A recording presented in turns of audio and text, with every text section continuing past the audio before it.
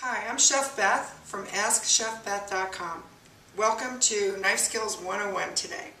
So today we're going to talk about the 3 different kind of knives that you have to have in your kitchen, especially if you're a new cook and you see thousands of knives and you see blocks of knives and this and you don't know which ones to buy. These are the 3 you have to have. You have to have a good paring knife. You have to have a good chef's knife. I prefer a Santoku style, which is the Japanese style, that shape. And you have to have a serrated blade. You can use very expensive knives. These are the shuns. You can use the grocery store knives. I used those for 25 years. I was a great cook with those too. So the price doesn't really matter. But getting a knife that's comfortable for your hand, that really matters. And knowing how to keep the knife sharp. So this is your honing steel. You see these all the time and don't know what to do with them. Well, typically what you're going to want to do, especially if you're new at using these, you put them down firmly on a cutting board. You grab your knife like you're grabbing it with a handshake, pinch your finger and your thumb together on the top of the blade, and then just run it at a 45-degree angle. This will keep your knives pretty sharp in your kitchen. You can either use a professional sharpener if they start to get dull even with this, or sometimes you take them to the grocery store and have the butcher sharpen them for you.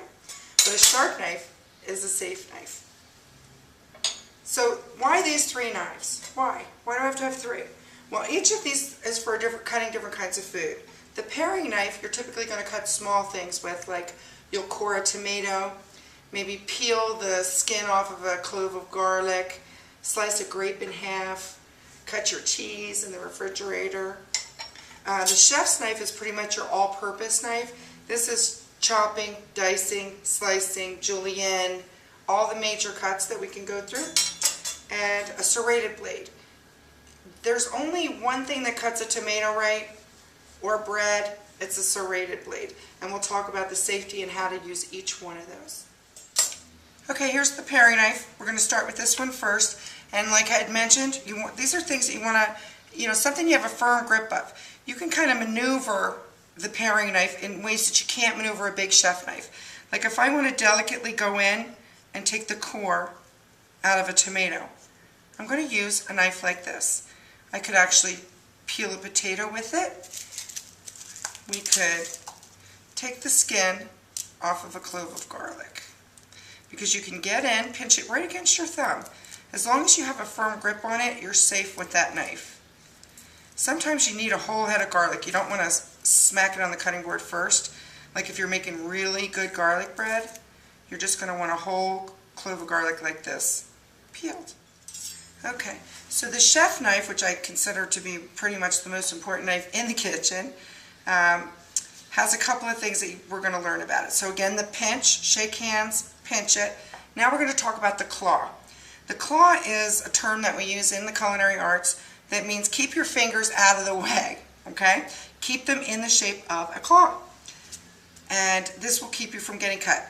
So let's just do an onion, a simple onion. Some people, especially beginning chefs, aren't exactly sure which way do you go at this thing.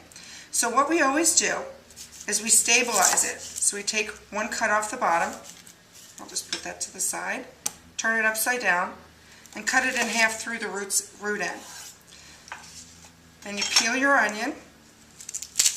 I usually like to make sure I get the first layer of skin off too, because it's sometimes not as sweet as the other parts.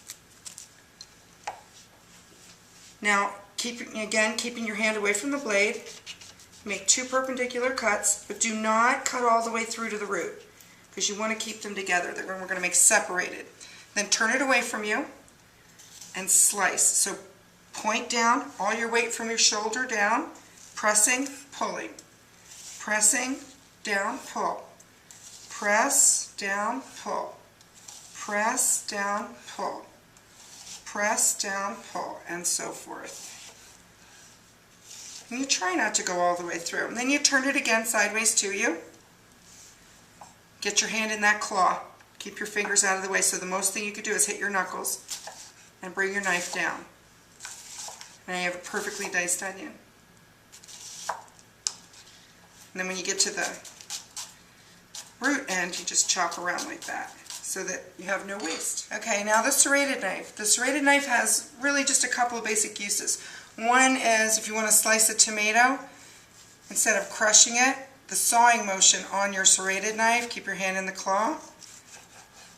The sawing motion allows you to cut even slices, and you can even be really careful and slice them very thinly like that if you like. Also, it's really the only knife you're going to use for bread.